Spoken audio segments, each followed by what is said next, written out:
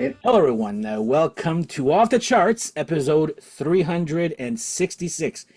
And look who is back, my friend Darren. How's it going? Oh, it's going great. Yeah, minus our technical. Our technical difficulties before this year. Yeah, We, we're we got 21 it minutes though. late, but that's fine. It's We got happening. all night. We Yeah. got all evening there. So, yeah, you might have seen Darren here at my. I did a little montage of my 1,000 subscribers, and he was second because you were actually my second guest ever Oh on yeah. this channel. So, Yeah. thank you. Awesome. All Always right. happy. All right. So, as you can see, Darren and I live in the same town, and we sometimes talk to each other, and we're friends on Instagram. And the other day, or was it about a month ago at least? Close. Yeah. A few, Almost, yeah. few weeks ago. Yeah. He shows on Reels, either movies or books that he's rented out. And one of them was the book that he's going to show us right here. It's called Don't Call It Hair Metal by Sean Kelly. Now, Sean Kelly, that name sounds familiar. Yeah. Do you know, or am I telling you? Well, I'm gonna ask you to tell us because Okay. I think Got, I know who. he's got a long history in Canada, for one thing. He's not Um, the guy currently on guitar for Lee Aaron, is it? yes. Okay, And then, then he yes, played I with know who he is. Yeah, he's played with Nelly Furtado, Helix.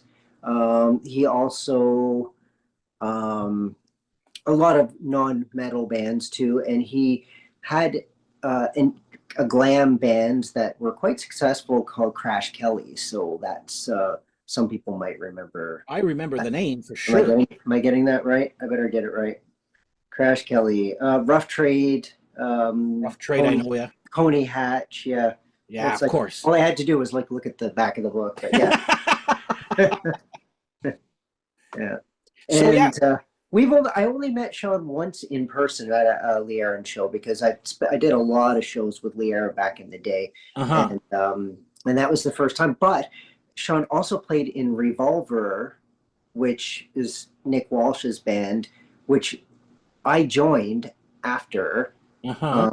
He was playing guitar in that band. I joined after, and then we evolved into Famous Underground. So Yes. same band, yeah, basically. So that was another little connection there. So yeah. So I know that he joined like Lee Aaron was on her comeback, like from Fire and Gasoline and on, right? I think so. That was a tour I saw her on, and then every Mm. other album after that, he's been on there. Like I think she one, two, three, four, five albums now since her Wow. comeback. Jeez.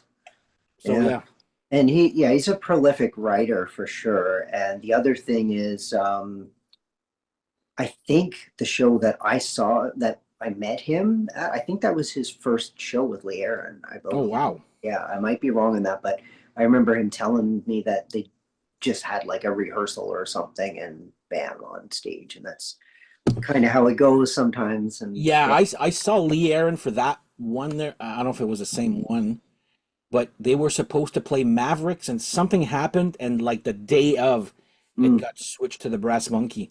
might have been that one because I was there at that one Yeah, okay, yeah. for There was a sure. bunch of us there for Yeah, that. yeah, So, it was pretty packed. It was a fun show. yeah, yeah. Yeah, and she still brings the energy, Oh and yeah, yeah, yeah. those songs A are so little softer voice, I yeah, find, but she still yeah, brings it yeah, like yeah, big time. absolutely, yeah, yeah. So the reason, like I said, so after this long tangent of talking about Sean Kelly, which is all good. It's all good. Yeah. So the title actually struck me, which is called "Don't Call It Hair Metal." So as I go, sometimes I comment on his little reels, and Yeah. I actually asked you or Darren, it goes, "Do you actually feel offended, or do you like the term hair metal?" And that's what started this whole Yeah. conversation. I'm like, okay, well, I got your idea. How about we don't talk about it as much and then make it into an episode? Yeah, yeah. Yeah. So It could be disappointing. We're not going to yell at each other and swear, and it's kind of like one of those Morton Downey Jr. shows or something from yes. or Oh my Jerry God. Springer. Yeah, Um, but yeah, so you told me that you didn't think you didn't find it offensive or you embraced Now, it. Yeah, now. Okay. now. Yeah. So you started So, off being offended by well, it. because it wasn't meant. Okay, well, before I answer your question here, Mm, I just wrote down a bunch of like there's hair metal, there's glam rock, we've heard glam metal, hard mm. rock. That was hard rock was what it was called, I guess, back in Prior. Yeah. mid 80s, I guess. Or even before, like Yeah, Van Halen in yes, '78 was yes. hard rock, or yeah, Uh Zeppelin hard rock. there's also sleaze rock that I've heard, and actually when I did my interview with Real Gun Music, the co-owner, he calls it pop metal, Mm. which I was like, okay, that's a new one, That's but I'm gonna write it down. that's almost the best term I've heard yet, to be honest See, with you. I see that one. I was like, oh, the word pop scared me. But anyway, we'll talk about it. Yeah. Let's talk first of all the word hair metal. So you asked me back then. It was it was like it was almost only thrash versus hair metal Mm. in the hard rock, correct? Like in the early Yeah. days, it was either you had Metallica versus Rat. That Yeah, like '80s. You mean yeah, in the '80s kind of? yeah, Yeah. mid '80s there when the word hair metal did not Yeah. exist. Now, and I remember Right. this is the big argument that we have with friends of mine. Now, a couple of friends of mine from the Kansas connection say that the word hair metal didn't come until like mid 90s, Mm. and it was meant as a derogatory term or like an It, insult and like. it was definitely a But I remember being in high school, and the reason I was saying that there was two cliques was that the thrash guys and the hair metal guys or girls or whatever. mm, And I remember one guy, and we were in high school. And the reason I remember this because in high school I stopped in 1990. I graduated in 1990, so it was 1990 or before that. And one guy I remember, and I'm not gonna name his name, but I know his name. He's like, Dan, just F off and get out of here with your hair metal. Like something like that. maybe he created the term. Maybe, He but started. he meant it in a it was all about just about the hair and nothing else, Sure. no Yeah. substance. Yeah. So back then I would say I was insulted by that Yeah. because it was The sent to me as an insult. intention, yeah, the intention was not a What about compliment. you? Yeah. Uh, Let's talk back then first there. okay. So, I mean, now I come from a smaller town from high school, and that my first rock concert, I don't know if I told you this, I might have, was Wasp with Armored Saint opening and Metallica in the middle. So Wasp were the headliner.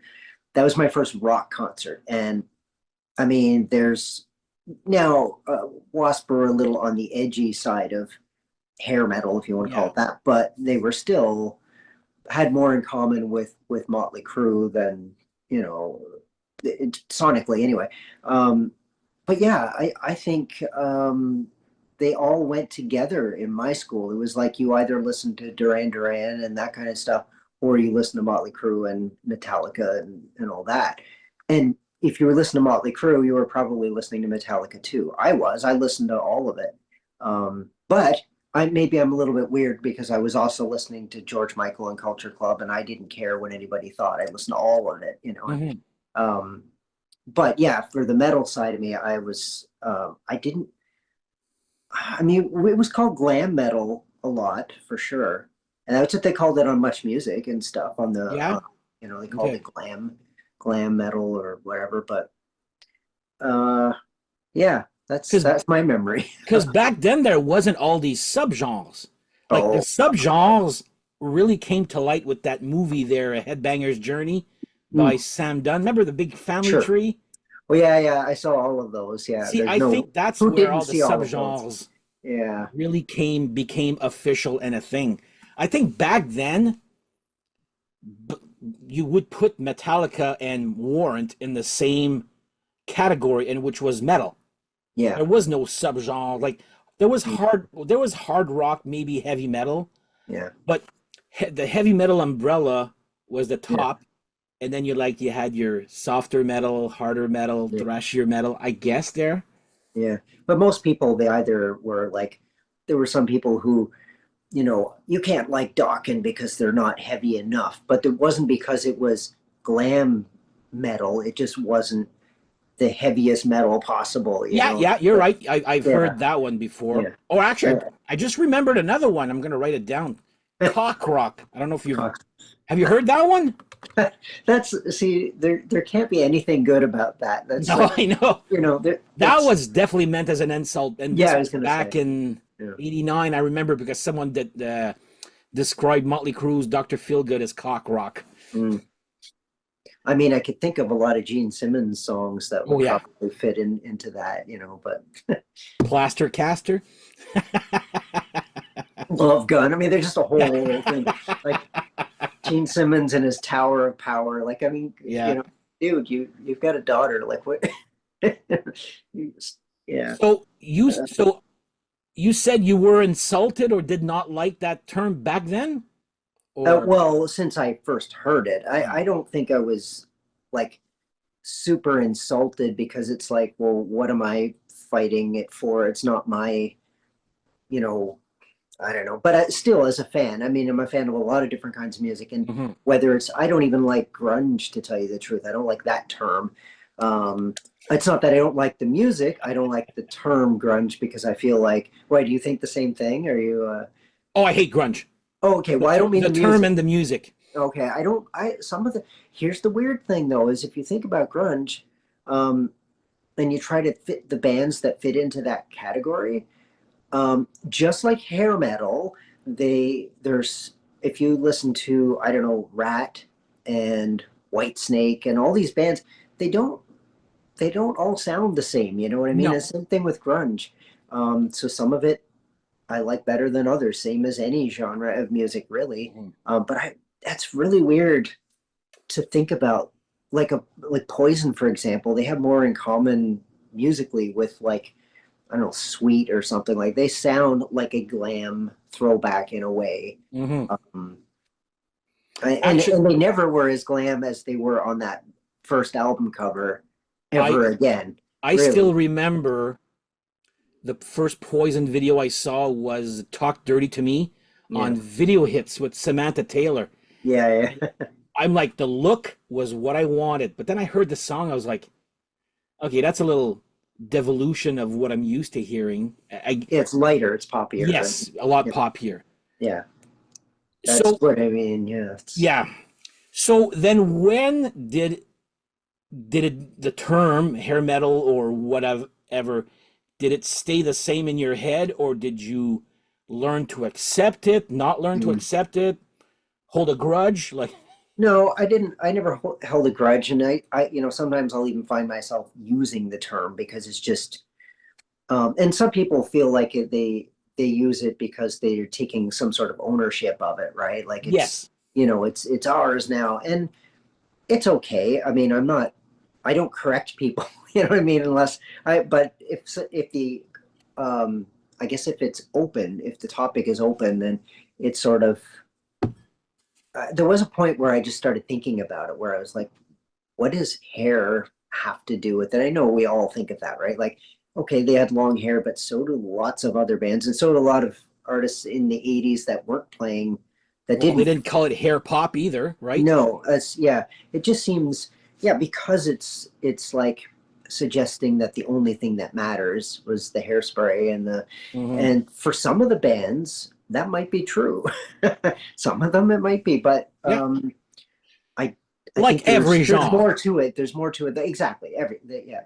But there's more to it than that, and it seems unfair to stick like Winger, which you may not like their songs or their look or whatever, but damn good musicians, and to stick them in a category based on their hairstyles, Hmm. that kind of sucks. Or Mr. Big or something like that. I mean, come Yeah, on. Mr. Big, that's an odd one because I don't find them, they don't sound hair metal. They had hair metal band members join up to make this one thing, which didn't really sound hair like Racer X, Yeah, uh yeah, David Lee Roth, yeah. it's true. And Paul Gilbert was a fan of and is a fan of so much. Like Yeah. it's not it that came into his playing. He wasn't just like, yeah, he was a shredder, but he was way more than that, right? Hmm. Uh, yeah, Like, yeah, it's one of those, like, to me, again, I was insulted back then because it was when people were telling me about it, they were telling me it to insult me. Like, yeah, yeah. I may be not the smartest guy ever, but I know when someone's insulting me, you know. But now I just I've made peace with, all that BS that happened in high school. Yeah, yeah. I'm proud to say that hair metal. I say that term because it's easily identifiable. You know Right. exactly Yeah. which band and which music. Because if you say pop, well, Yeah. that can But be. it's when you think of the time period, right? Like, I don't know, like what about Loudness or Bon Jovi? You know, they all got called glam metal. They Yeah. all got that label. So where did they go from glam metal in the 80s? And I mean, metal is stretching it when you're talking about, You Give Love a Bad Name, and same thing with Poison, like Cry Tough and stuff. That's Yeah. not it was like, to me again, it was pop metal makes sense because it was just like hard rock, like rock with an edge or pop With a types of cat with songs. But basically the catchiest chorus all the time. yeah, but I mean, think about like I'm sure you can remember too. There was a time when the radio, our pop music was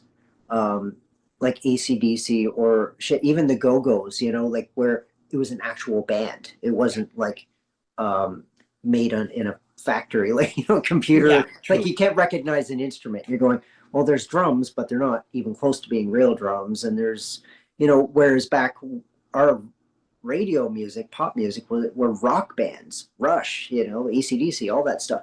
Um, so what's the difference between like AC/DC and like, I don't know, one of the like Rat or something? I Hmm. mean, like, yeah, though obviously they're different bands, but you know what I mean in Or terms yeah, of it's heaviness. They're well, I blame a little bit the magazines and the TV shows. oh yeah, Now, Metal Edge basically showed your Tesla, your Poison, your yeah, yeah, Loudness, your yeah. like every genre of that I named there, hair, glam, hard rock, pop metal, cock rock, whatever. They just didn't call it that. My face. Yeah, But they all got lumped into this. And if you wanted to see those videos, mm, you only saw on video hits by Samantha Taylor, you only saw like Poison, yeah, Van Halen, yeah, Warrant, but the ballads, like, and then if you yeah. wanted to watch all the other ones, it was always the Pepsi Power Hour.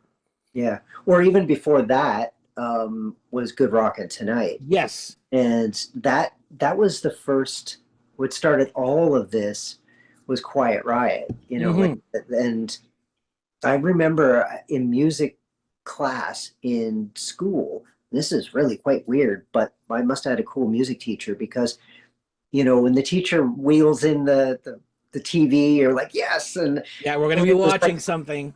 man, it was like, look at these music videos. And there were a couple. One was Culture Club, with Karma Chameleon. And Uh-huh. I love that because I was like, what the hell am I seeing? It was like something that was good musically, I thought, but it was also weird. And I Yeah. thought, this is cool. It was very like visually entertaining. And then Quiet Riot comes on, and I lost my bloody mind. I was like, this is amazing. So I go home after school. First thing I do is I pick up the phone. I call nobody knows what we're talking about, like Shea 106, right? Yeah, And yeah, yeah. and I mean, I I listened to do. all the, I knew who the DJs were and stuff. So the radio station, and I called the radio station.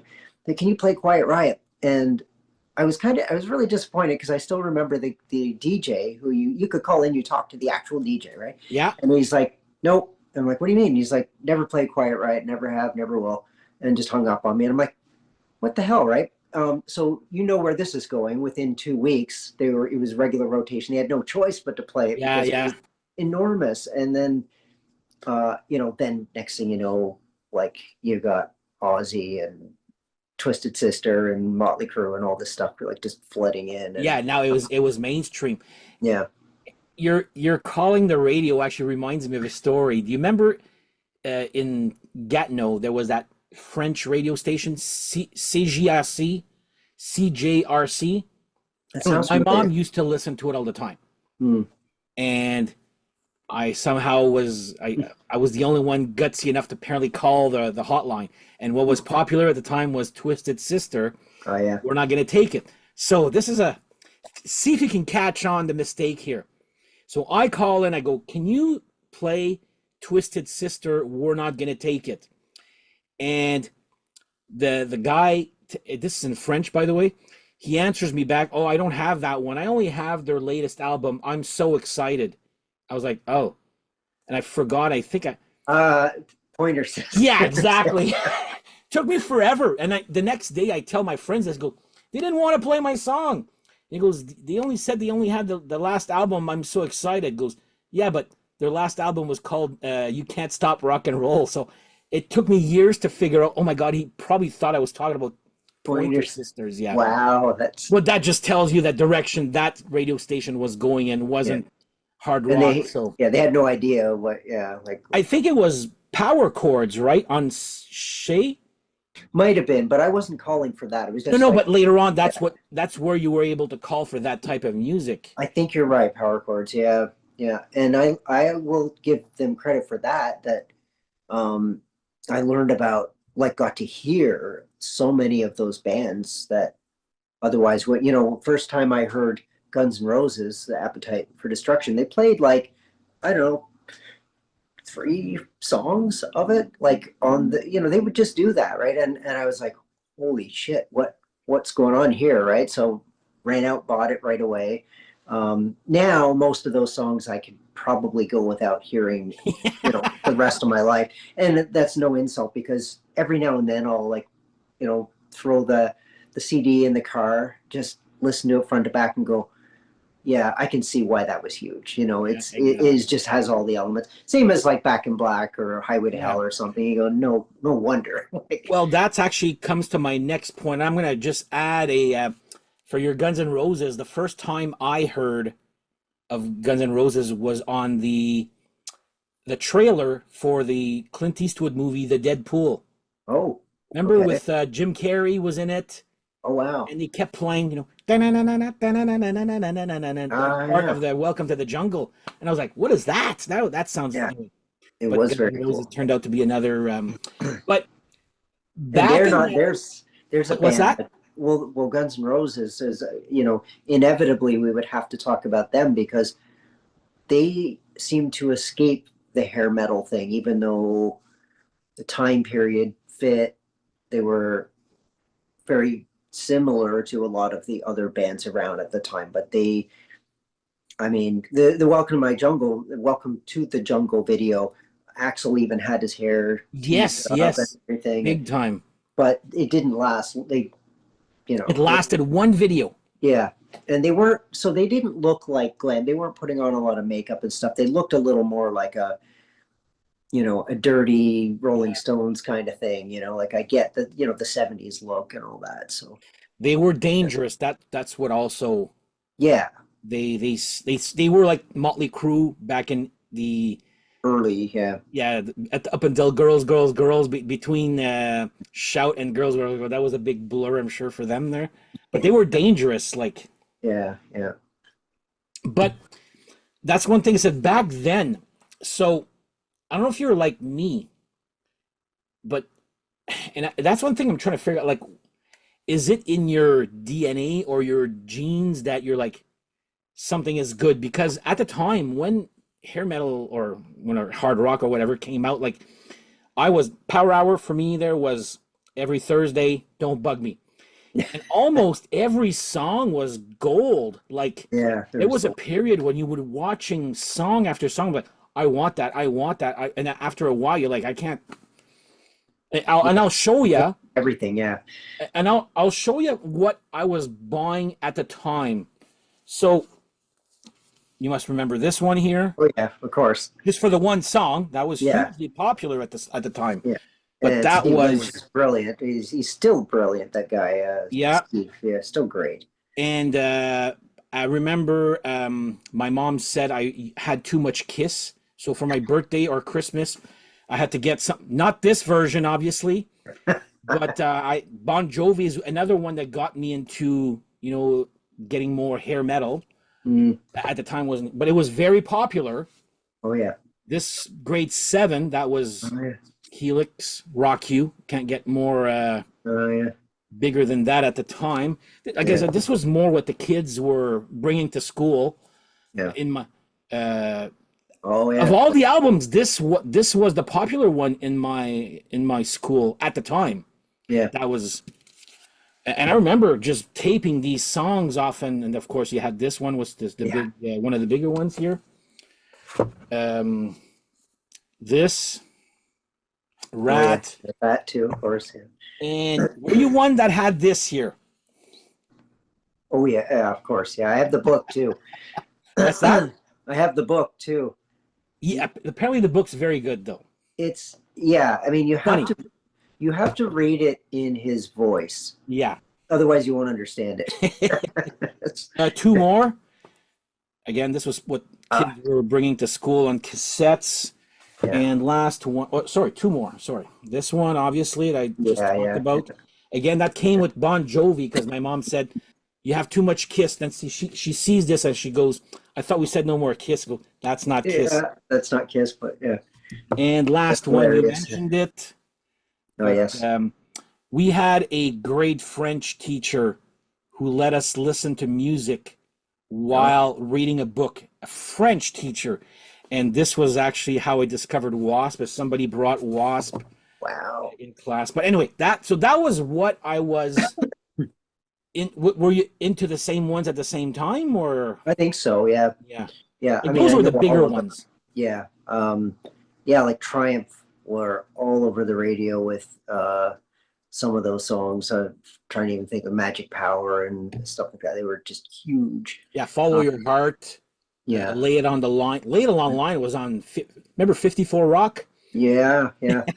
Yeah. I had songs played on 54 Rock. Really? Yeah, they had a like a what do you call it? Like a local, you know, whatever they called it, their local thing. And Shay, for that matter, Shay used to. They had a local 106 every week or something. My band were played on that a few times too, which is And yeah, was this the same band that you had a picture of in Metal Edge? yeah, yeah. We changed the name a few times. It started out that we were Purgatory, and Okay. and then we went. We got a management company liked us, and we were starting to. Um, we were playing doing a lot of stuff like opening for Lee Aaron and stuff. And I Wow. remember her saying, and that's where this actually I give her credit. That's where this started. Was that when she said when she heard the name, she was expecting us to be like, um, a real serious metal band, like really kind of dark and. Mhm. But it turns out we were a bunch of kids that were far more like Poison and like being a bunch of jackasses on set. There was a lot more humor, and we were more glam, right? Yeah. Really, that's what. And so, and that stuck with our manager was there for that conversation, and he said, "You guys should think of something a little more party like." And so, in our brilliance, we all thought that the name, excuse me, Gangbang would be a great idea. Sorry. So, so we get in the, Sorry. You caught me off guard there. oh yeah, yeah, it's Sorry. Sorry. so this we thought we were like yeah clever. So but I mean at the time, right, we're like when you think about the warrants and the the sleaze rock, right, we thought Yeah. well, that's and again our sense of humor was we thought it would be funny. um I mean there was a band that was in Metal Edge a few times called Snatch, and I'm not making that up. Like yeah, they had their whole thing was like the Virgin Elimination tour. I often wonder what ever happened to those guys, but I remember that. And so we call the name Gangbang. We get in Metal Edge, and that was a really good picture and everything. And it wasn't, I don't know how long it was within a month or so. That was the that shooting in the Montreal school, the was a university. I Polytechnic or something. There's like Oh, yeah, yeah, yeah, yeah, yeah. seven women were killed by this deranged idiot. And even as like you got to remember, we were like 17 or 18. We were kids, but we had enough sense then to go, this is not a good idea. Like this is not appropriate. We can do Yeah. better. And so we called the band Boomerang, which I think none of us were really thrilled with, but we knew that it was just interesting enough. Everybody can remember. When you think about it, every band name is stupid. I mean, Poison is stupid, but if the music is good enough and the show is good enough, then people just kind of go, yeah, that's the name. It's like, The logo and the colors for me helped a lot. Poison. yeah, yeah, Love yeah, the green. yeah. Well, ours was green too because we were like, I don't know, thought we were Poison or something. But actually, the thing is, I had the Kawasaki lime green dirt bike, just like I think Brett did. Wow. And that's where the whole thing, I'm like, man, they're stealing my. Well, Poison apparently stole a lot of the songs on their first album too, so I don't know if you're Or aware of that. But moves. I think I heard that they stole the moves from Kicks. well, I don't know about that, but the actual Stage moves. songs, Yeah. but the actual songs on the first album, I guess they ended up having to pay to write a lot of checks to make a lot of things go away, from what I heard. Really? Okay, I did Yeah, not know and that. and I heard this from um, like producer, like not personally, but like an interview that I watched on YouTube or whatever, and it's a credible source, Mhm. But they came into their own. They wrote some pretty good stuff, like that's the key to longevity. Did you ever see any of the footage of when they did the stadium tour with, I guess, Motley and Def Leppard and? Apparently they were the better band. But that's what I thought when I saw it. I love Joan Jett. I mean, she pretty much wipes the floor without having Hmm. plugs into an amp and just kills it. But Poison really brought it. And Yeah. what hit me is I'm going, there's not a dud, in any of these. The whole thing, just great songs from your youth. Like that's what they're doing. And I saw them in Toronto at that Molson Amphitheater like three, four times. mm, 16,000 people. mm, And it's like, and they always make a great show. Like it's one of my best shows I've ever seen. So yeah, I've seen them a few times too, and they're they're yeah, fun. It's not my favorite. Uh, I will say Poison went musically. Uh, Flesh and Blood was probably their peak, and mm, um, Native Tongue, and then kind yeah. of I was going to ask what you thought of Holy the, Word the can't even go in my screen right now. It's so low, so down low there. But I was going to ask what you thought of the Richie Kotzen I album. have it. That was Native Tongue. Yeah, I Native haven't Tongue, yet. yeah, that's the one with Richie Cousin. I have it. It's Yeah, good. It's good and great for what it is. I think I like it better now than I did Yes, I earlier. Like I really I appreciate it, and I really did loved not like it Richie. at first. I did like the song "Stand," and I did see that one on video hits. It Mm, was yeah, it was video hits. It's it was probably with Dan Gallagher though at the time there. That was '90s there. oh yeah. Remember him? Did he take over that? I didn't remember if he. It was Samantha Taylor. Yeah, Then there was Dan Gallagher who 'cause was he went doing to the Much Power Music. Hour. Yeah, yeah. And then after that, there was a guy, but I was not watching that show Oh, anymore. Stu Jeffries, No, maybe. that was Good Rockin' Tonight. Oh, right. It was Terry David Mulligan. People outside of Canada have no idea what the hell we're talking about. Terry Yes. David Mulligan was in Stargate, people. Yeah. Yeah. And he was in Mystery Date. Nobody Yeah, knows what he that was is either. actually an actor. But yeah, Yeah. Yeah. Yeah. Terry David Mulligan, then Stu Jeffries for Yeah. Good Rockin' Tonight. Yeah. Did I J- ever? JD Sorry. Roberts Oh, yeah. Yeah. for Power Hour. We're getting into the Much Music people, Yeah. Eric M. And I got to tell you, I don't know if I told you the story or not, but it's pretty funny. So, Good Rockin' Tonight, that's how I discovered, well, sort of discovered Motley Crue. I was, Alice Cooper was kind of off doing something weird. I was already like heavily into music. Prism were big to me, Mhm. Rush, Queen, Meatloaf, um, what Bowie, but I was really into Alice Cooper and Kiss. And both of them kind of were not like they're a little bit off my radar by this point. They were just doing something a little bit weird, and I wasn't, I didn't forget about them, but it Yeah, yeah. was what's happening, right? So that was the time that like I said, Quiet Riot was.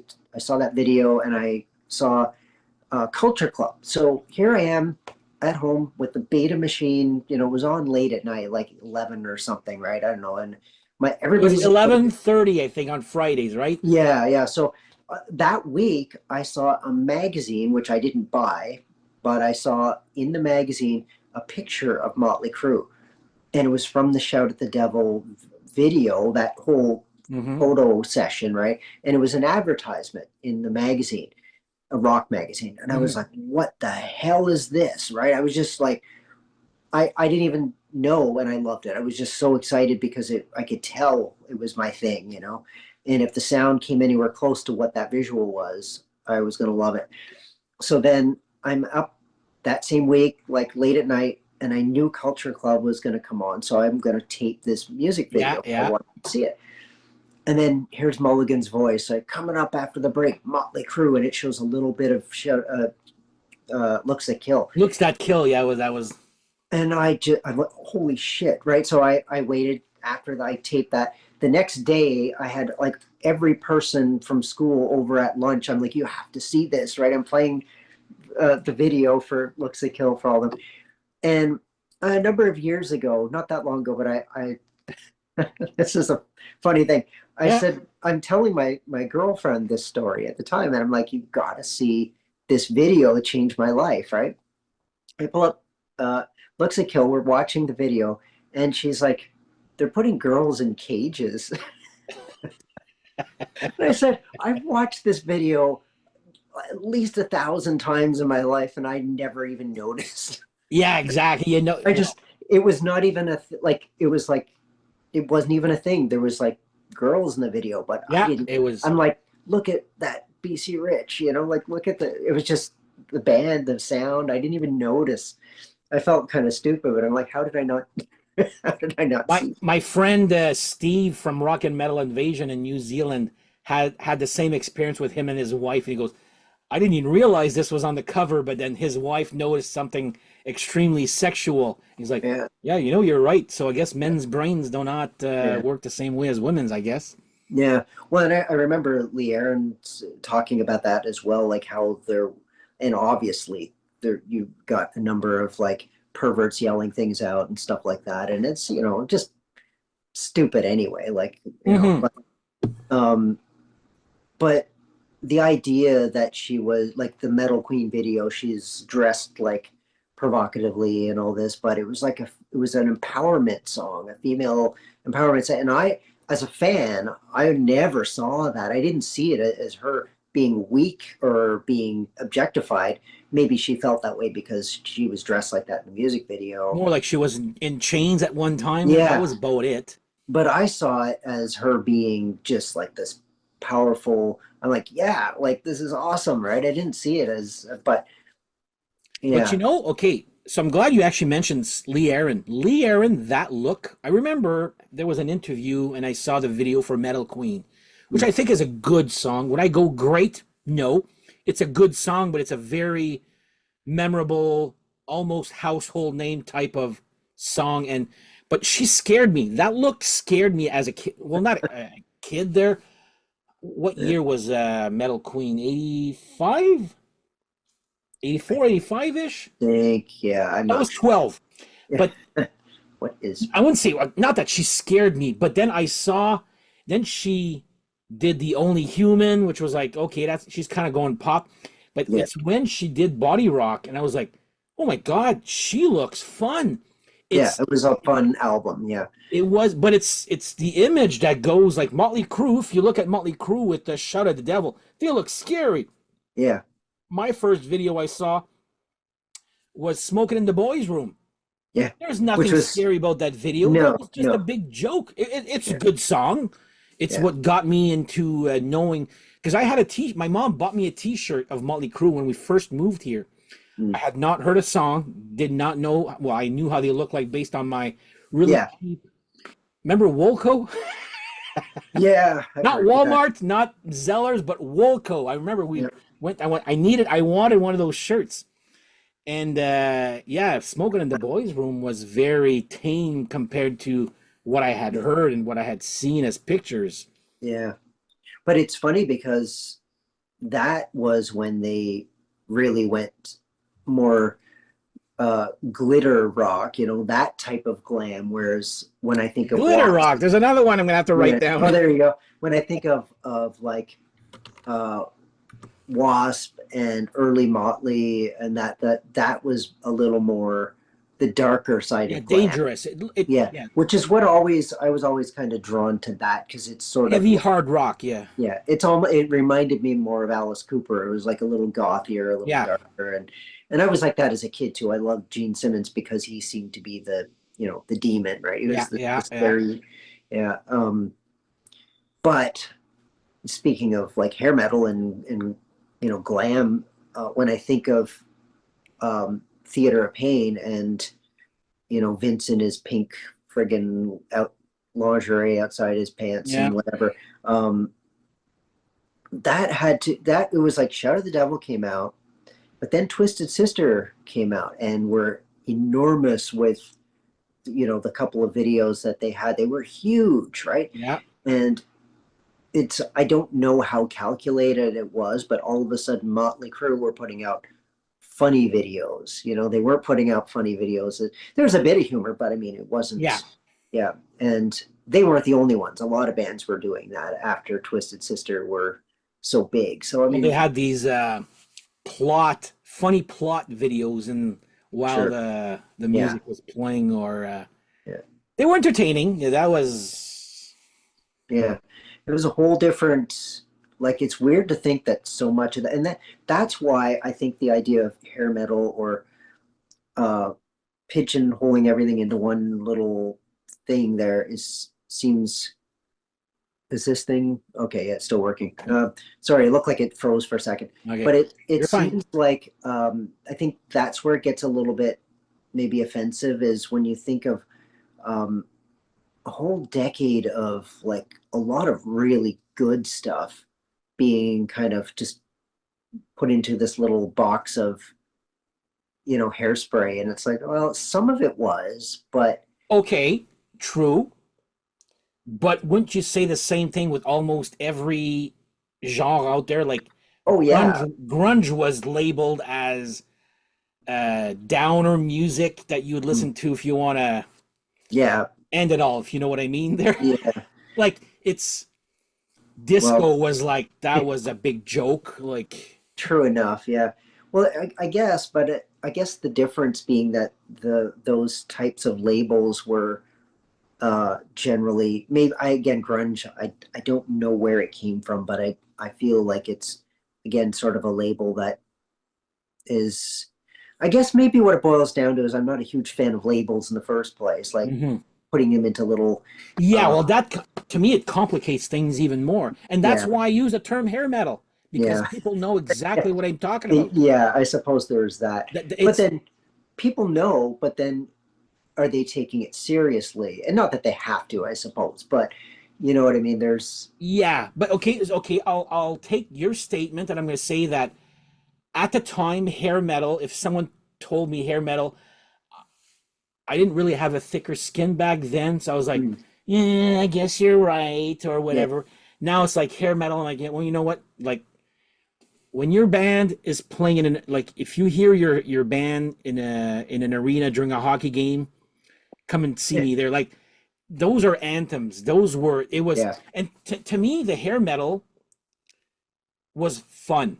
It was just plain fun. yeah, You were going home and you weren't it what like that's what other genres like they just downed me or whatever. I yeah, like to have fun yeah, while listening to music. Sure, I like to have your odd, yeah, thinker that yeah, hair metal to me was all about fun. I love your power chord. There was a lot of power chords, hanging yeah, power chords and cool riffs.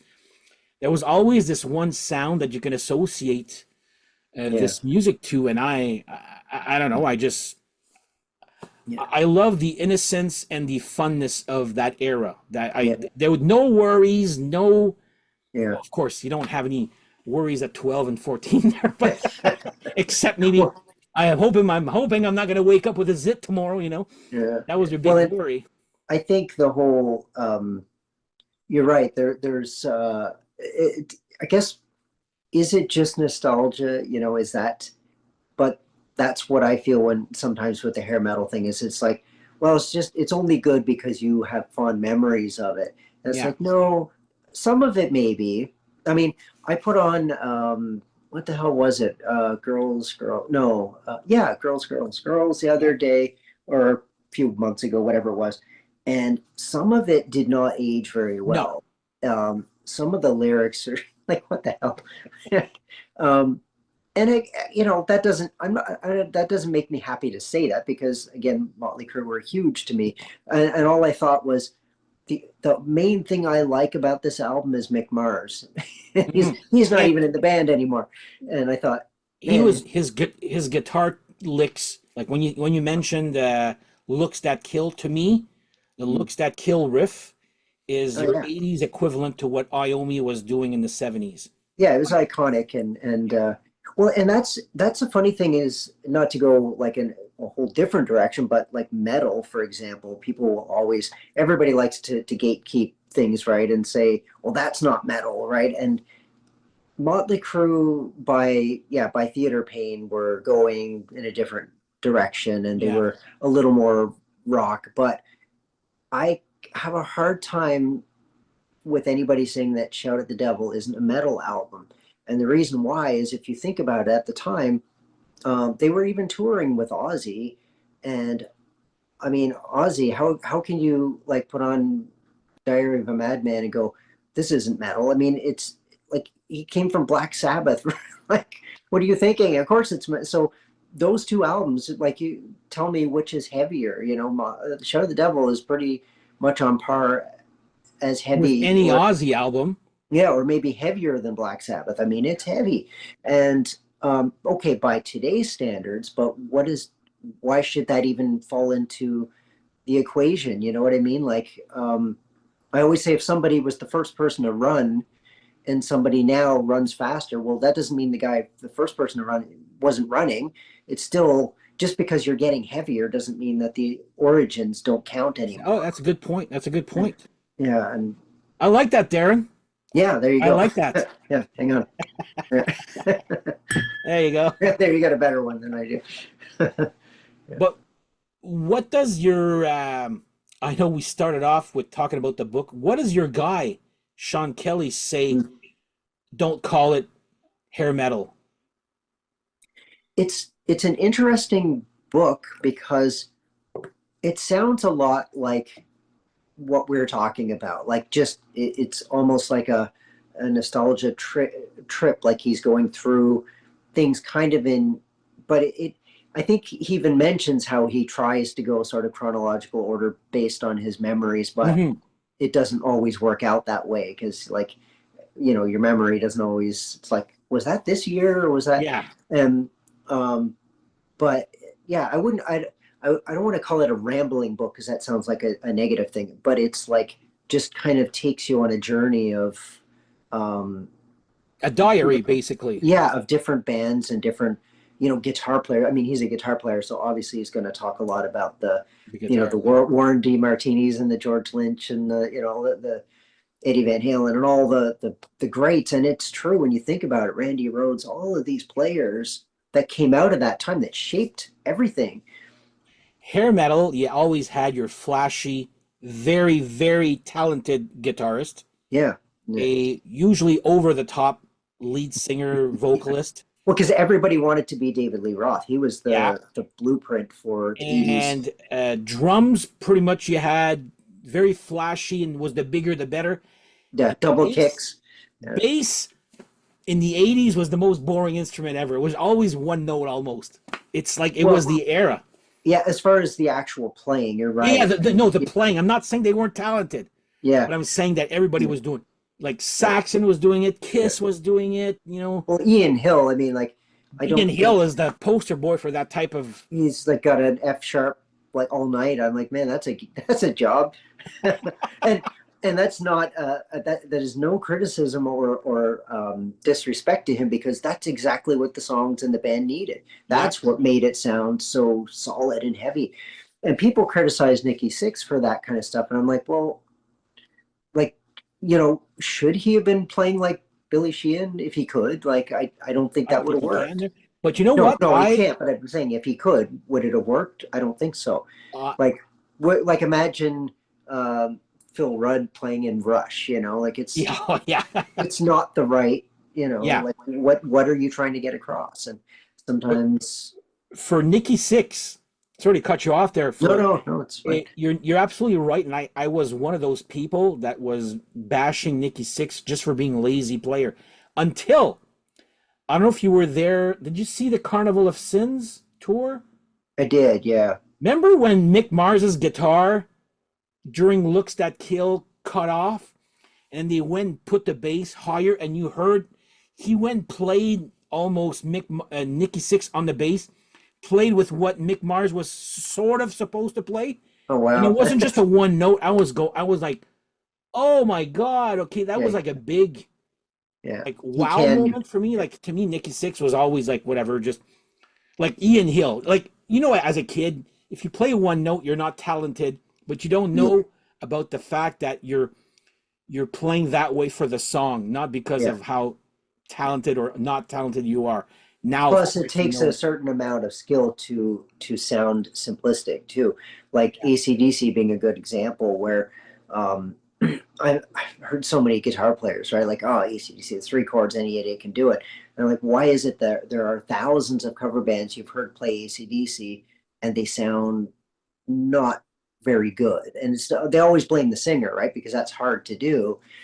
But it's not. It's the fact that they're not locked in. AC/DC or Machine, right? They just solid, tight arena rock like Def Leppard, right? Where Yeah, did Def Leppard get it? AC/DC. Like they set that blueprint because you're playing in an arena. How busy do you need to be, right? You want to reach the people in exactly. the back, and unless you're like David Lee Roth's Eat 'em and Smile band, and then that's. Did you ever see that Roth on that? Oh my My God! friend Steph did, who does the album battles there with me there. Yeah, yeah, Saw, I know he saw Skyscraper for sure I saw that. when Yeah, he came here. yeah. Yeah, Poison, I think, opened that, um, and I saw, totally forgot about the fact that I saw Whitesnake with Steve Vai playing, which is weird to think. Yeah, they came here. They weren't. It wasn't. It was the album after 80. Their big one. There was a Yeah, slip of the tongue. yeah. Well, I saw them on the big one too because they played with Motley Crue on the was that the girls tour? I think it was. They, Yeah, yeah, Whitesnake opened for Motley Crue for that. yeah, and it was insane. Yeah.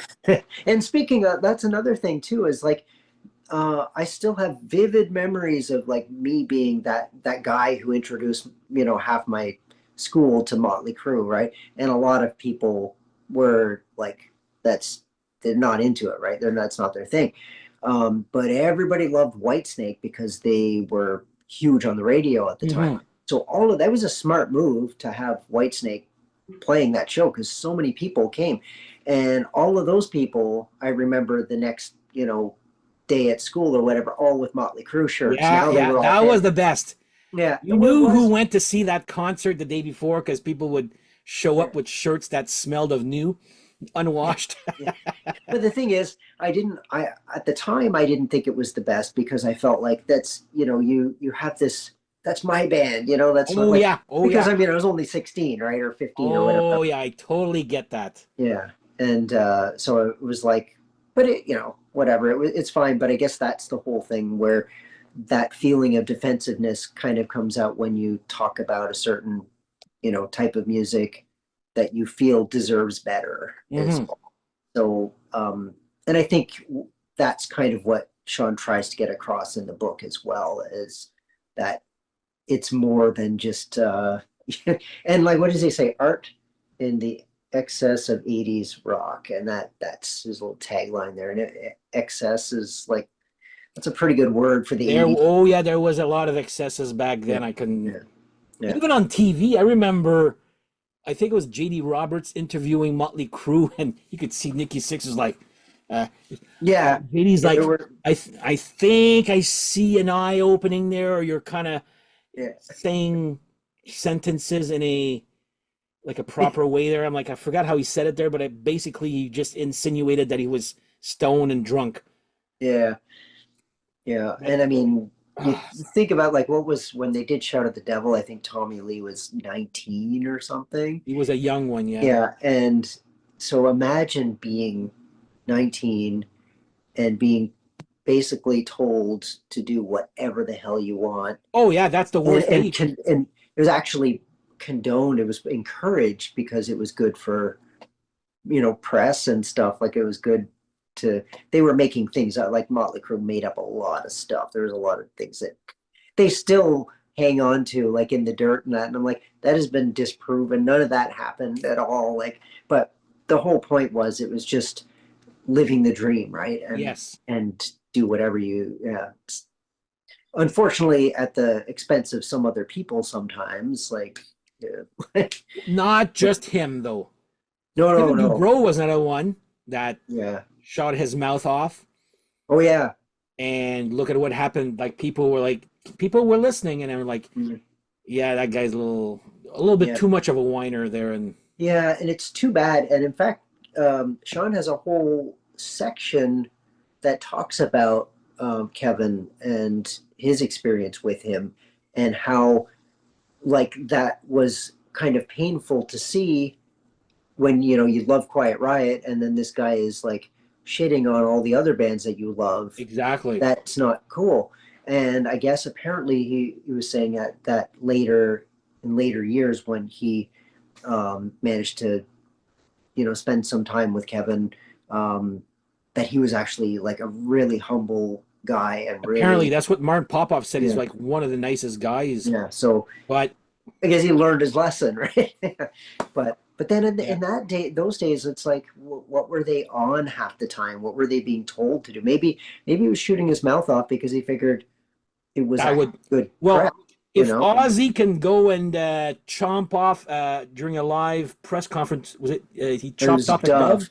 Yeah, Yeah, like that was just for a press conference. So like, and of course, people are talking about it, and they weren't saying right. bad things. Well, they were, but they're not like, oh, can't don't listen to Ozzy.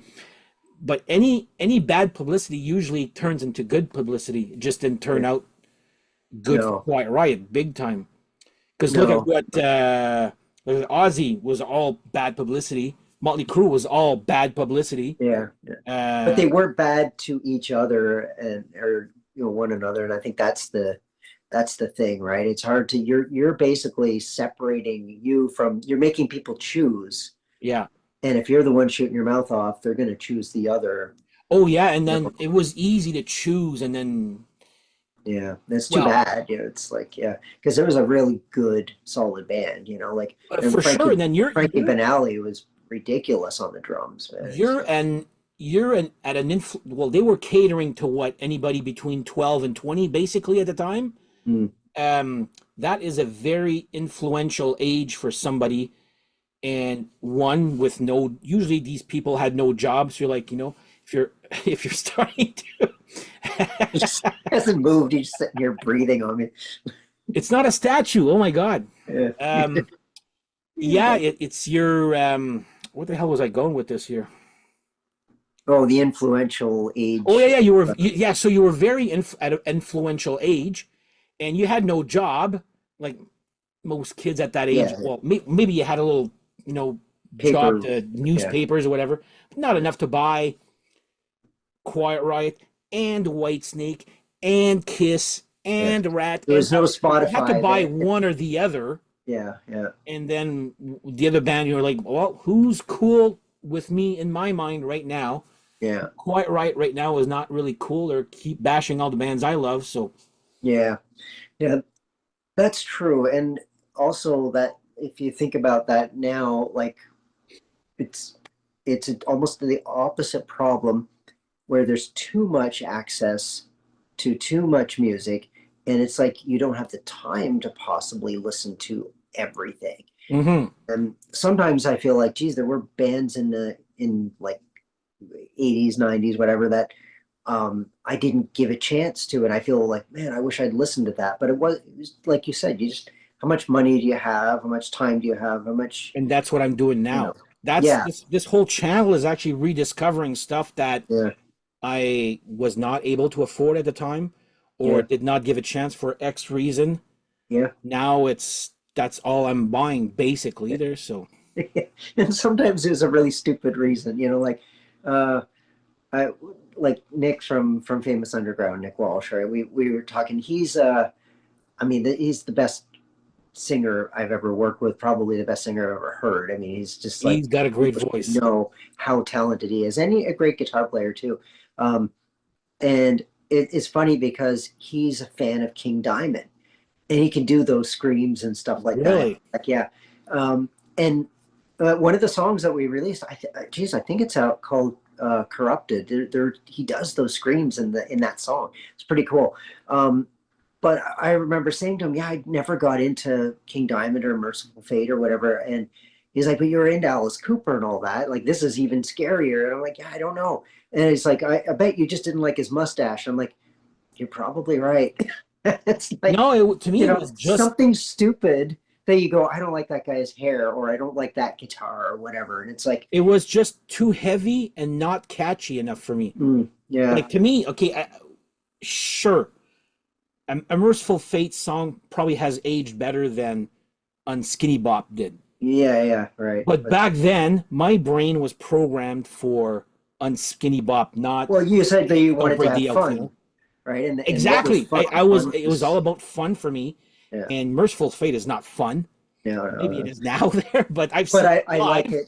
I like it because of the similarity of, like, again, like Shout at the Devil. I mean, it was not the same, but still, if let's say you played that for your parents, it would be like they would think it's the same. Like Yeah, you're saying about your mom saying Twisted Sister, isn't that exactly. Kiss, right?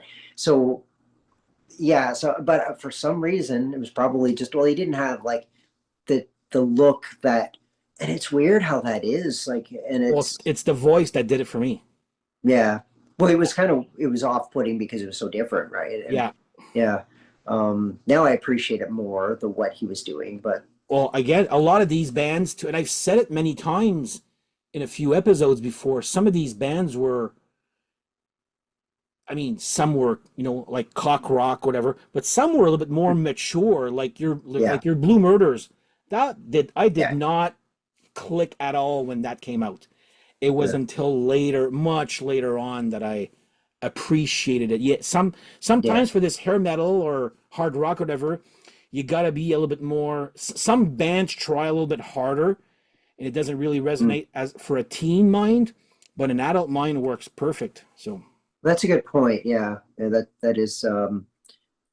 But you gotta wonder, like, the difference between, yeah, like Unskinny Bop or something like that. And you know, um, I'm not gonna suggest that everything about Guns N' Roses was mature, but no. It definitely was a step.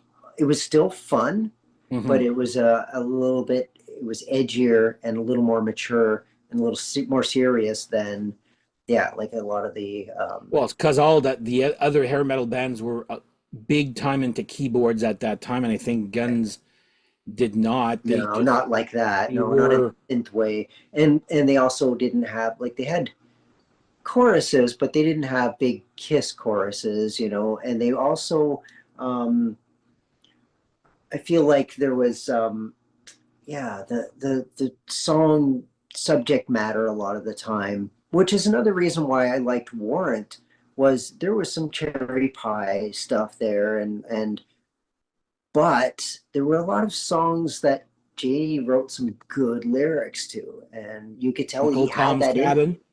Yeah, he had it in him. Like, there were a lot of songs that it's like, man, I wish I wrote that one, and Mhm. um I get a here's a creepy story. I've been wanting to just put this on my own YouTube channel to tell the story, but I'll tell you because it's hair metal stuff. Um, when Janie Lane died, around the day he died, I was kind of bummed out, like, because it's sad, right? I mean, it's like, man, Janie, he was, I was rooting for him, like we all, and most of us were, because he was a train wreck for a while with his Oh yeah. alcoholism, but I always respected him because he was really the creative force behind Warren, and so I had a long drive to a show, and I'm like, I'm gonna put on the Cherry Pie album. I'm just gonna listen to that, and which is weird for me because usually when somebody dies, like people say, oh, I'm gonna go watch their movie or listen to their music, and I usually don't because I need time. Yeah, yeah. But for whatever reason that day, I'm gonna put it in. So I put the CD in the car. And I start driving, and it wasn't till I don't know where the hell I was. The CD came around, like I listened to the whole thing. It was a long drive, and I noticed Cherry Pie didn't play. And I was, what the hell is going on? And I take the CD, I'm looking at the cover, like Cherry Pie is like the first song. What the hell? And then like I took it out, I put it back in, then it started playing. I'm like, I just listened to that whole thing like all the way around. Cherry Pie skipped both times, and I was kind of creeped out because I'm like, Janie took the song with him. He hated it so Oh my much. God, that's right. Yeah. Yeah, I got like chills when I'm like, what the hell? That was really freaky. Because I don't think he really did hate it, but he did feel a little bit like the double-edged sword, right? He's I'm like, sure he didn't hate it, but I'm sure that part of him is like, I wish I was popular for something else just besides that. yeah, Like the he cherry got a pie guy. huge Yeah, song out of that. yeah, Huge. yeah. I mean, but it also, I think it messes with your head. Like it took years before, like Nuno would accept the fact that like more than words is not a blessing and a curse. It's just a blessing. You know what I Yeah. mean? Like he's going, how can I possibly you say anything bad about having a hit song? Like really? Yeah. Yeah, Or and Extreme is another one that I guess did they hit? Was it 80s or 90s when they? I think they broke in the 80 late I 80s. think the first one was 89. Like when did Porno Graffiti come out? When did I that was in big? high school when Porno Graffiti came out, so let me just look really quick here. Because there's another one that were they could almost be lumped into it, but again, musically, so different. 1990. Okay, yeah, and good for them for the fact that they still kept some of that virtuosity alive, and they're still doing it. So But that's that good. but that song was the More Than Words was very misrepresentative of the band because I remember I Yeah, saw them open up for ZZ Top and for some reason I went to see my dentist the day after. It just happened I had an appointment. yeah, He's like, "Oh, what were you doing yesterday?" I went to see ZZ Top and my dentist is like, "Oh, I was there too." Oh, that band Extreme, what that was way too heavy. That was not what I those guys are heavy, yeah. And I was yeah, like, well, they're not that I mean, yeah. they're not that heavy there, Maybe not ZZ Top. but he Yeah. all he had heard was More Than Words. Yeah. And Well, that's and what I they mean by it talked was about that a lot, how that happened, where a lot of people would go to the show expecting that that's what, I mean, what are you going to do, I guess? It's not like they didn't have other music out, exactly. I know that's one of those things where, but I mean, you think about the whole 80s, by the end of it, all the glam bands were all there was the same formula. They put out one rock song, music video, MTV video or whatever. Then they put out the power ballad. Then they put out the whatever the other rock. It was like a Yeah. formula. It was And always the same formula: rock, ballad, and then yeah, whatever.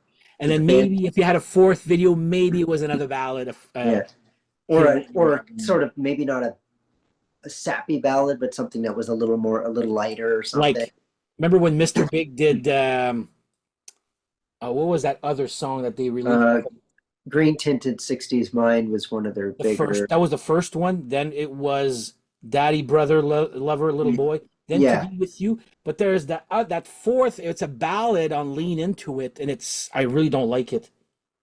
Oh, I don't know what it is. There, Was it a single? yeah, yeah. There was a video for it for sure. If I, Huh. It's not coming to me. Uh, I'll have to go and look at that's it why there. we have Google. Okay, Lean Into It, and it was. I see. There goes my heart, but just take my heart. Oh yeah, I like that song. See, I didn't really like it, that one. Yeah. I, Mm, I can't even tell you how it goes right now. Just yeah. didn't really not make an effect on me there. But Yeah. Well, to be with you was huge. yes, So and they never got this. But anyway, that success, whether you're successful or not, doesn't mean it's good or bad. There, yeah. um, Well, they still go to like, well, I guess this is their final yeah, tour. their They're done. last, yeah, Yeah. they're done up. They so they say. I take all Well, these I statements with a sort of grain of think salt there. there's, yeah, I know. I think this is probably it, but they'll still go to other parts of the world and they're huge. They're like, Japan, yeah, yeah, yeah. And, and that happens. I mean, look at Harem Scarum, they were, um, big. I think it would be the 90s for them, late 80s, yeah, 90s as well. 91, I think, or 91 or 92 was Mood Swings. Yeah, and I mean, great band, and they play here, and they'll do like decent sized venues, but go to Japan, and they're you Yeah, know much bigger. It's strange how that is, but yeah, Helix said it best in their last album, and they have a song called "Even Jesus Wasn't Loved in His Hometown." yeah, I think I'm like, yeah, that's exactly how you yeah. describe Harem Scarum right there. I Is learned when I was like the purgatory thing when we changed our name to Boomerang. To go back to that, we immediately went on tour, first cross Canada tour. So we're gone for almost 3 months. And wow, again, we're like kids, and we're in buses, and we're just like and it was funny because you're gone for almost 3 months across Canada. By the time we were done, we were in like pretty, big sized bars, like packing places in Calgary and Edmonton and stuff like that. Coming back home, and our first gig in our hometown is Barrymore's, and we played there, and there's like 30 people going, and we're like, screw yeah, this, man. Like you come back and you feel like, yeah, and then I don't know if I don't know, it's probably still true to some extent. Like, people, I don't know. Some people want to see you fail, or they just don't. They're indifferent. there was a reason why they called this place the town that fun forgot. Was that? Yeah, something like that. Yeah, but I don't know if it's just Ottawa, or I think it's a lot of places. Like, I mean, yeah, I don't think it's just here that I kind of I thing. played a show in Montreal to nobody. So Yeah, there you go. Yeah, literally nobody. yeah. Just the There's two like bands that were still there. bar I think they staff and stayed yeah, out of pity. yeah, I was like, yeah. ask Mike about that show. He'll tell you. Oh, yeah. And that always feels good when you drive like an hour and a half or whatever to get Well, to a gig. basically, it was pay to play, right? Yeah. So, Yeah, but we've all done that. I know. And there oh was yeah, one time where I was really I just stopped having fun playing music. That was the closest I got to just going walking away from it. And I remember being in Montreal. What the hell is it? Sapphire? Do you remember that place? Sapphire? no, Club Sapphire. Maybe I got the name wrong, but it's like you load in. I played there before, but you load in through a friggin' fire escape up yeah, like it was just crazy. And I remember doing this and just being like having a pissy attitude the entire time. I was pissed off trying to find parking, pissed off loading in, pissed off there weren't enough people there. Just a whole thing. And nobody said anything to me. It wasn't like anybody in the band said anything or whatever, but I was thinking about it on the drive home. And I thought, maybe I'm the problem. My attitude is the problem.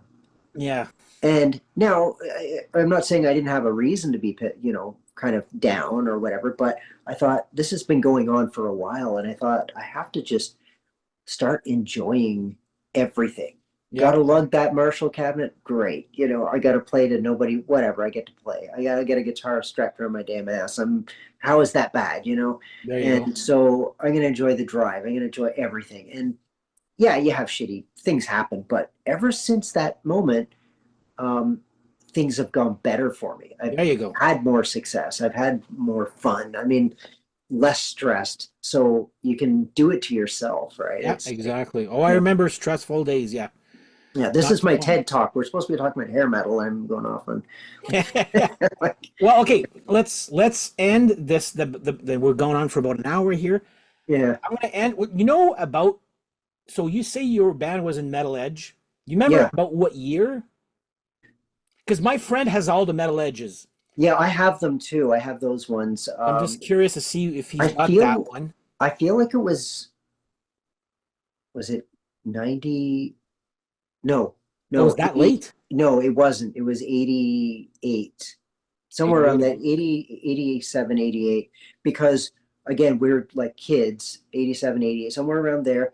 And I remember because after that boomerang, we got in there, we were playing with XYZ. I sent that picture to you. Remember that? Because you posted a thing of XYZ and I sent you a picture of me with them and girls' Yes, school. yes, yes, yes. So yeah, we were playing with everybody who came through town. We were like playing with, right? And yeah, and so we went on this tour, and when we came back, that was part of our like, okay, we got to get back in time because Kiss were playing the Hot in the Shade tour. It was the only time I got to see Eric Carr, Yeah, and Slaughter and and Winger Winger. Yeah, I were saw opening. that. You saw, yeah, I yeah, was there. Yeah. yeah, and Winger were great, Oh really. yeah. They were yeah tight, and so that was like '88, I believe, Hot in the Shade tour, and No, that's. that was actually 90, 89, 90. Are you sure? Maybe we got to look it up. Maybe you're right. Maybe you're right. We yeah. I'm not saying I'm Look, right. I'm no, just saying no, it's but not. I know Hot in the Shade was definitely not 88. See, whatever year that was, that Crazy was. Nights was 87. So if Oh I'm looking at God. my iTunes here, give me a second, it'll give me the year. Uh, Hot in the Shade came out in 1989. Okay, maybe it was 1990 when we got But them. So it was, 90 was well, Winger 2 came out in 1990 because the first one was okay, 88. so So maybe it was. because Hot in the Shade came out, they did a tour, but it was a smaller stage setup. Then Forever got into the charts, and that made the arenas bigger, and that's when the Sphinx. At first, there was no Sphinx. Oh, I didn't know that. Yeah. Oh, Okay. Well, then it's yeah. Now we made some money. What are we gonna spend it on?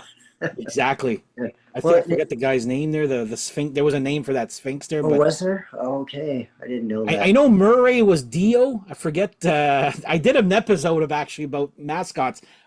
Oh, It was probably like episode 4 or 5, and I'm doing episode I 366 now, so I seem to recall that. I Yeah, don't remember. yeah. Um, I had all their names there, but yeah, yeah. That was yeah, that whatever that time was. And wasn't until recently that I realized. Now, I'm not saying that my band was even close to being talented enough to make it anyway, mhm. but years later, I thought sometimes you ponder like, what if I'd done this differently? Oh yeah, What if I wasn't in that band? What if somebody else made it? What if, what could have happened? And I watched a documentary on Tubi about like metal in the 80s and glam stuff and all that. And I realized we were too young. We came when we were really into it was when it was on the way out. yeah. We were just like a band by the time. Okay, yeah, I saw Shout at the Devil and all this stuff when I was a kid, but we weren't a band by the time we found each other and became a band and started playing and all that. Uh, yeah, by the time we actually put something else out, hair metal was not cool In vogue anymore. anymore. Yeah. Yeah, so whether we liked it or not, no label would even. When I look back at those days, and I have letters and stuff that we got back, like rejection letters and stuff from labels, but they were, it was really kind of neat because people would actually take the time to listen and then write something out and say, like constructive criticism and Oh, stuff. okay, that's good. Yeah, and I'm like, man, I should have paid more attention to like, because some of them, like, it's like an open door to like keep communicating with them. But Yeah. we still, for kids, we did pretty well. We were pretty dedicated, you know. Good. We had the warrant moves down and like, yeah. Would have loved to see that there, my friend. Oh man, I've got a lot of videos I gotta digitize.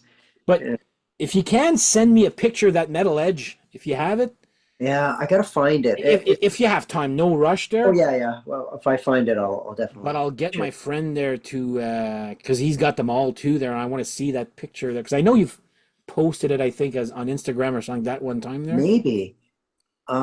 But I And just want to some see of them, the issue itself there. yeah, and some of them were some of the time we were in there a few times, and some of them were just in the metal wire. So there's no Okay, picture. They just talk about what we're doing or whatever. gotcha. But Jerry Miller, that was her name, right? Jerry Yeah, Miller with an eye, with an yeah. And she passed away a number of years ago. Wasn't that like long ago though? 5 or 10 years ago, something like that Yeah, there. if that. And 5 maybe, yeah. I mean, she was like huge support. Like that was, I mean, that made all the difference to When bands. she left, it was never the same. I think No, she knew no, what the world of music was coming to, and she goes, "Okay, yeah, I'm out of yeah, here." And never the the same. the magazine suffered for it. Yeah, oh, it did. I agree. And I'll tell you one thing that you may not know, but when we were in the magazines, it would have our mailing address, and you will find that because we didn't have websites and stuff, Yeah, yeah, obviously. yeah. And we got like boxes of fan mail, like Wow. crazy. You know, and so our manager had a form letter that we would send back. We would sit in after rehearsal or before rehearsal, we'd sit in the room and we just like pull it out. Okay, that one's got your name on it. That one's got your name. This is no like just to the band, whatever. Yeah. And we would all like just take those form letters, sign a little thank you and whatever, to autograph it, whatever, and send whatever we were sending off. Um, and Penelope Spheris, do you remember that name? Do you know that name? No. Okay, so if I'm right, I shouldn't even say this live here, but I think she went on, and I might be saying her name wrong too. She went on to do, was it the Metal Years? Was that the one she did? The one with Chris Holmes, like you know, in the Oh, the director. yeah. So she Uh, even wrote, I have the DVDs over there. yeah, yeah. The She Decline of Westerns. That's it. Yeah, yeah. The Decline of Western Civilization. Um, Penelope Spheris. yeah, she was one of the people that wrote. I have this weird memory for things like that. She was one of the people that wrote to us. Yeah, Wow. I still have that, I'm sure, somewhere. And it's like crazy, you know. It's Hey man, you never know. You could have been in the same movie as Odin. Odin, yeah, saying the same thing. We're gonna make it. Yeah. I love that part. What Uh, happens if you don't make it? But we're gonna make it. we're Yeah, gonna but make let's it. say you don't make it, but I'm gonna make it. Yeah. Well, gotta admire his like his dedication and his belief in himself. Yeah, yeah. That was I That's haven't happening there. I haven't seen that in a long time. I gotta have to check that out. I got all three. Like it's a Yeah. Blu-ray of all three, and the one that didn't come Oh, out, the first Punk, the second one, the third one, I never watched it yet. There, so I wonder what she's doing now. She's got a no clue. doing some sort of film because that was like was pretty still talked about to this day by a Oh yeah, lot I of know. yeah. Yeah. Oh, and one other thing, I'm not sure how much I don't really know very much, but Sean does have a book called Metal on Ice. It's Oh about okay. Canadian metal, and it also has a CD that you can buy, Metal on Ice CD. I don't know where you can get that I'll now. check Amazon after, and if it's there, and I'll put it in the description Yeah, where sure. people And can. he's got a new book that's on the way. He's working on right now, and it's I don't know what it's called or much detail other than it's about pointy guitars. So there's your 80s glam thing. And Yeah. it was, you know, talking about like the all of that stuff, right? The guitars were pretty important, you know, Oh like yeah, there was some signature, yeah, the George Lynch one and the skeleton one there. Yeah, yeah, yeah, yeah, Warren DeMartini with the snakeskin one. yeah. Yeah. And Warrant had all those BC Riches, the one with the Trojan logo, the condom. See, I thought wasn't it a dollar bill? They had that too, yeah, for Okay, the that's when I remember there. But yeah. Uh, all right, well, go check out those. I'm gonna put those books. I'll check after on Amazon just to see if they're there, and then put the links. yeah, for sure. I Um, don't know if he's got a website with them or not. It's I'll worth I'll I'll check after there. yeah. Not that I like, guys. If you're wondering why I'm doing it, I told Darren before. I got the sty and it's bugging me right now. Uh, So I'm gonna have to cut it short. Like it's right now. I'm just like, okay, I'm listening. yeah, that I'm not sucks. listening. It's bothering me like you wouldn't believe there. But Yeah. thank you for doing this, first of all. And go, Yeah. let's. I'm gonna rewatch it, see how many times we go off on tangents here. Oh my God, yeah. But it's well, that's Kevin and Dan's TV shows or YouTube shows, I should say, where we talk and talk, and then you're like, man, we've been on here for an hour. So Yeah. Yeah. What are we even talking about? Yeah. you don't even see the time go by. But Yeah. anyway, thank you for doing this. Check out Oh, that book. Write us in the comments.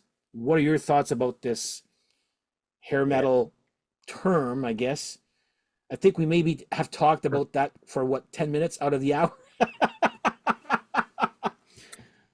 But Yeah. anyway, check it out, guys. And of course, I'll Yeah. put this in my It was a fun memory lane. yes. Thank you guys for watching. Thank you, Darren, for doing this. Anytime. And on that note, guys, have yourself a great whatever, and we shall see you guys next episode. Take care. Bye bye. Yeah.